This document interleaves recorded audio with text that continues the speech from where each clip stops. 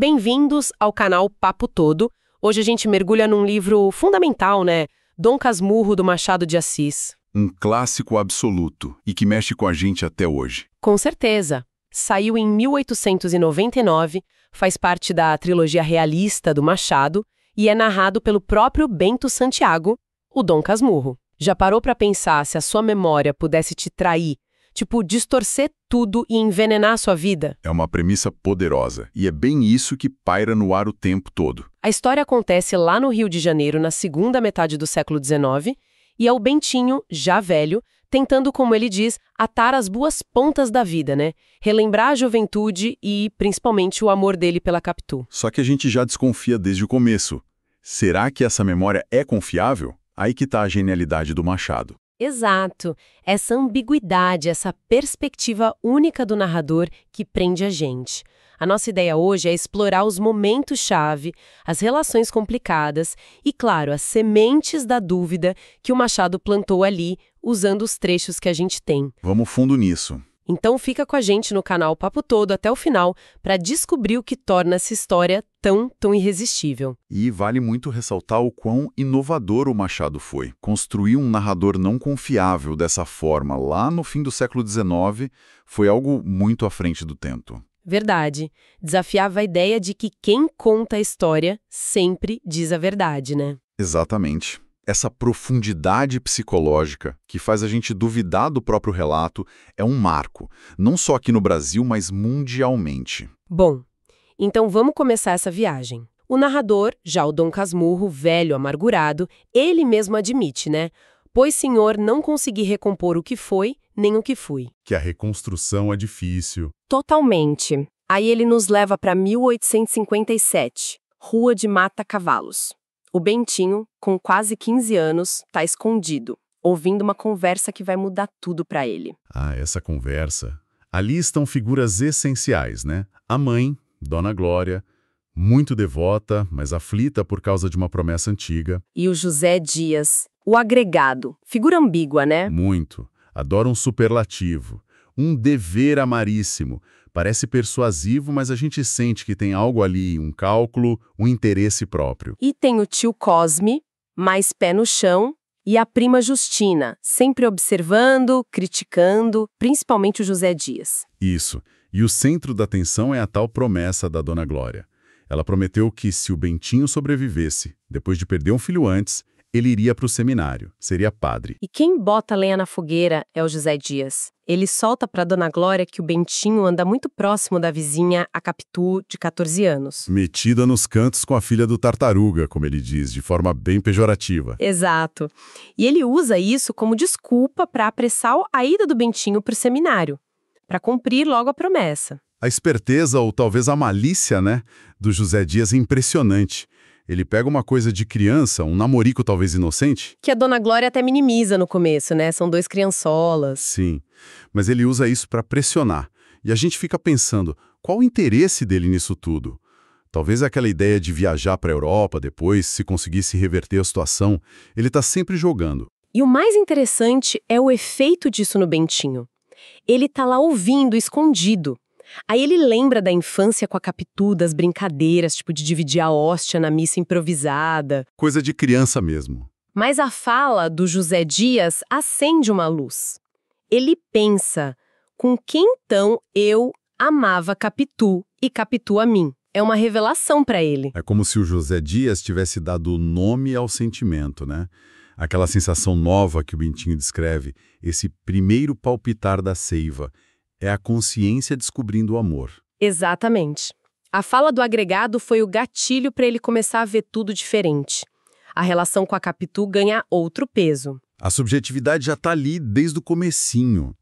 E a promessa da Dona Glória, nosso peso disso na época, a religiosidade é a palavra dada, ela fica num dilema terrível entre a fé e o amor de mãe. Com essa descoberta na cabeça, o Bentinho vai para o quintal vizinho procurar a Capitu. Ele a vê arriscando o muro. E espia, né? E espia. E lá estão os nomes, Bento e Capitolina. É um momento lindo de uma cumplicidade sem palavras. Confissão de crianças. O muro falou por nós.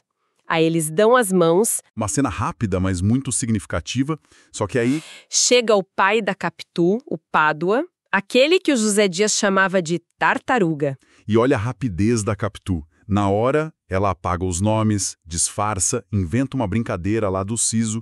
Impressionante, né? Já mostra uma agilidade, uma capacidade de lidar com a situação. Dissimulação ou só jogo de cintura de adolescente? Fica a pergunta, né? O pai, o Pádua, é descrito como um sujeito meio apagado, mas que teve lá seu momento de importância e se orgulha disso. E a Capitu, percebendo o risco do seminário, já mostra que é estratégica. É a ideia dela, usar o José Dias a favor deles. Como? Explorando a vaidade dele. Ele gosta muito de ser elogiado, ela diz pro Bentinho. O plano é convencer o agregado a ajudar a adiar ou cancelar a ida pro seminário. Olha aí o contraste que você mencionou. Ela já pensa na solução prática, em como agir, enquanto o Bentinho ainda está meio que processando o sentimento. Ela é mais proativa. Total. Aí o Bentinho vai falar com José Dias lá no passeio público. No começo, o agregado desconversa, mas quando o Bentinho menciona chance de estudar direito na Europa... Ah, aí os olhos do José Dias devem ter brilhado. E ele junto, claro. Claro, aí vem aquele plano absurdo dele. O Bentinho fingir que tá doente. Você por que não tosse? Ele pergunta pro Bentinho. Que figura. Mostra bem a falta de escrúpulos, né? A viagem para a Europa era o que importava para ele. O resto era detalhe. As outras tentativas não dão certo. A prima Justina até percebe a jogada do José Dias, mas não se mete. A dona Glória, apesar de emocionada, continua firme na promessa. E nesse clima todo, acontece aquela cena muito íntima, né? Do Bentinho penteando os cabelos da Capitu. Essa cena é muito sensorial, carregada de uma tensão, de uma intimidade que está crescendo ali. A descrição é muito rica e culmina no primeiro beijo que ele rouba. Aí chega a mãe da Capitu, a dona Fortunata. E a Capitu? Disfarça com uma naturalidade incrível. E o Bentinho se sente o máximo, né? Pensa, sou homem. Essa exclamação dele marca uma passagem, né? A conquista, a afirmação.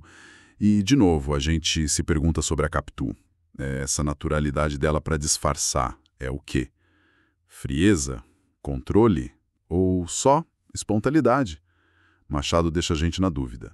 No dia seguinte, a dinâmica até muda um pouco. O Bentinho fica meio sem jeito de beijar de novo. A Capitu primeiro recusa, mas aí de repente é ela quem beija ele. Opa! Ela toma iniciativa? E bem na hora que o pai tá chegando. E de novo ela controla tudo, desviando o assunto com uma pergunta nada a ver, mas Bentinho, que é protonotário apostólico.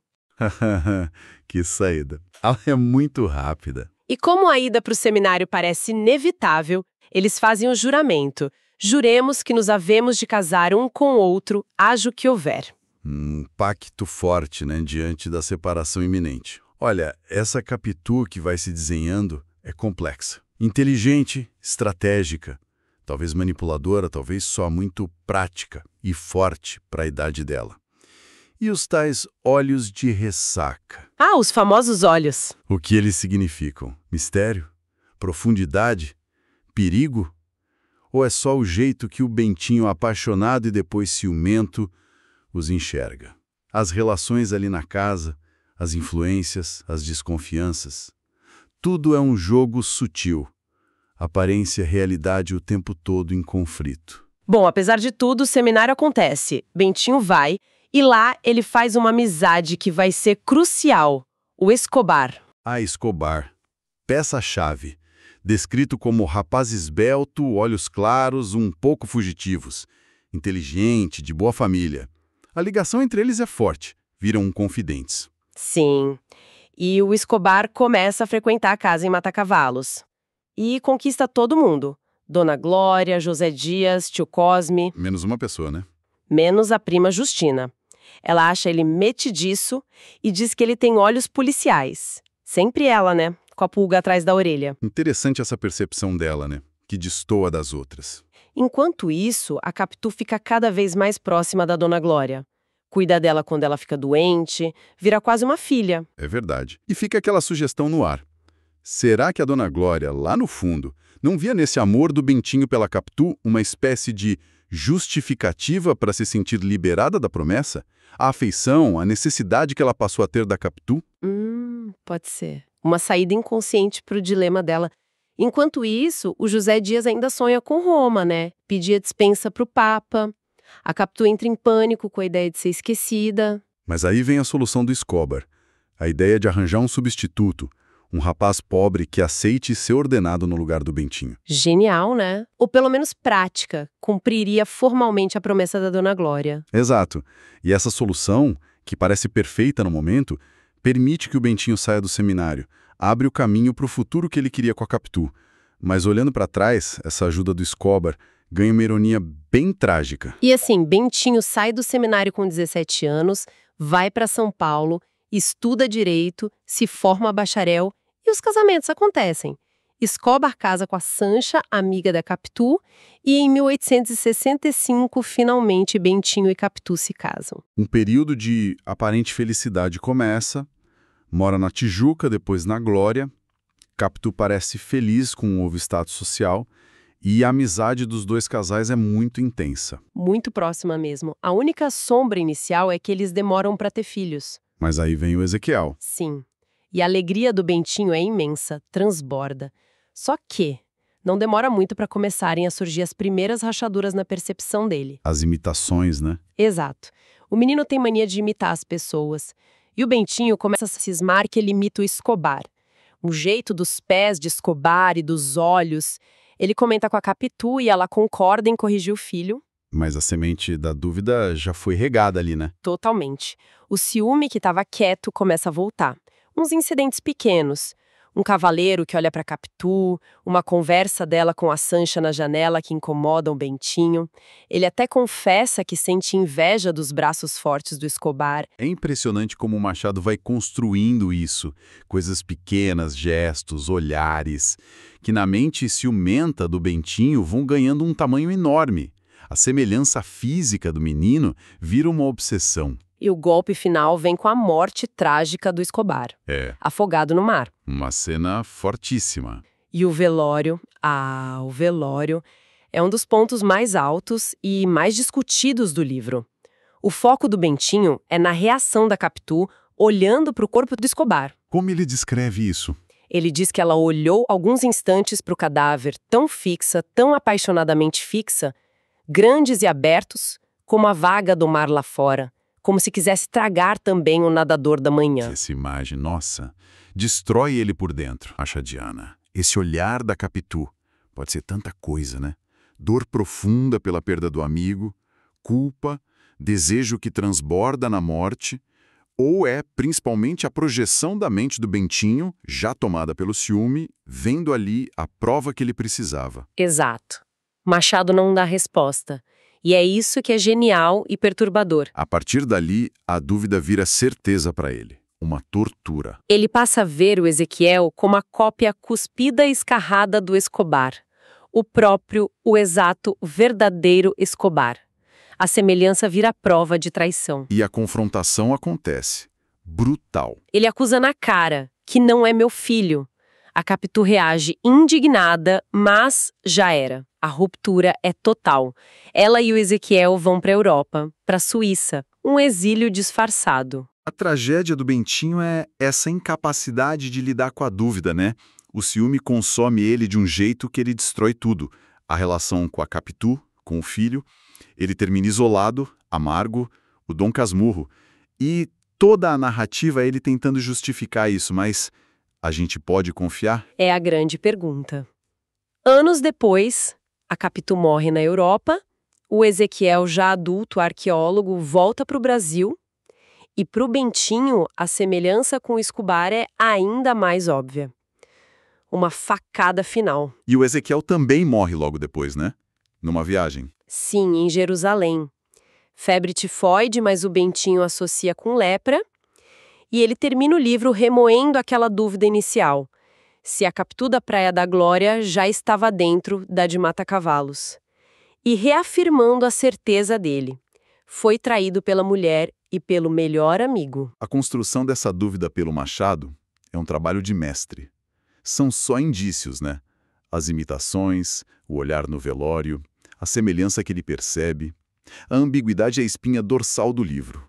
Faz a gente pensar sobre verdade, ciúme, memória. Bom, tentando organizar tudo isso, que temas ficam mais fortes para você? Ciúme, claro, gigantesco, mas também a dúvida como veneno, a memória que trai, a traição em si, será, as aparências, a falta de comunicação, o peso das convenções. E eu acho que o mais fascinante é como o Machado usa tudo isso para explorar a nossa subjetividade. Talvez a questão não seja nem descobrir se a Capitu traiu ou não, mas entender como a simples possibilidade disso e a incapacidade do Bentinho de viver com essa incerteza acaba com ele. É um estudo sobre como a gente enxerga o mundo, né? Exato. A gente vê a transformação do Bentinho, do jovem sonhador, para o velho casmurro. Já a Capitu continua um enigma, né? Talvez porque a gente só a veja pelos olhos dele. E qual a intenção do Machado por trás disso tudo? Um alerta contra o ciúme possessivo? Uma reflexão sobre como as nossas inseguranças distorcem o que a gente vê? Qual cena te marca mais, revisitando a história? Para mim, o velório é imbatível na força e na ambiguidade. Mas aquele comecinho, os nomes no muro, aquela pureza, sabe? Antes de tudo desandar, o contraste é muito forte. Concordo.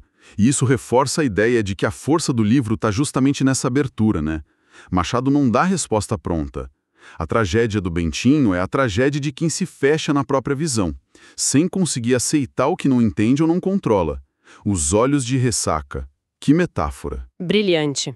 Pode ser ela, pode ser ele vendo ela assim. Exatamente. Um mar que atrai e que pode te afogar. No fim, Dom Casmurro é um livro que não te deixa em paz, né?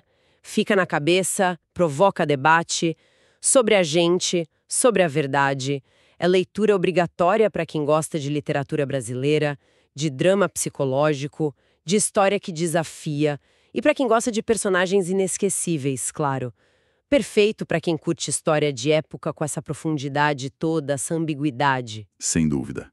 Essa ambiguidade é a assinatura do Machado aqui, é o que faz o livro ser tão vivo, tão relevante. Ele nos convida a questionar, a reler, a pensar. Ao deixar as perguntas no ar, ele garante que Dom Casmurro continue conversando com a gente. E fica aqui a nossa provocação final para quem está ouvindo. E aí? Capitu traiu ou não traiu? Ou será que a pergunta mais importante é outra?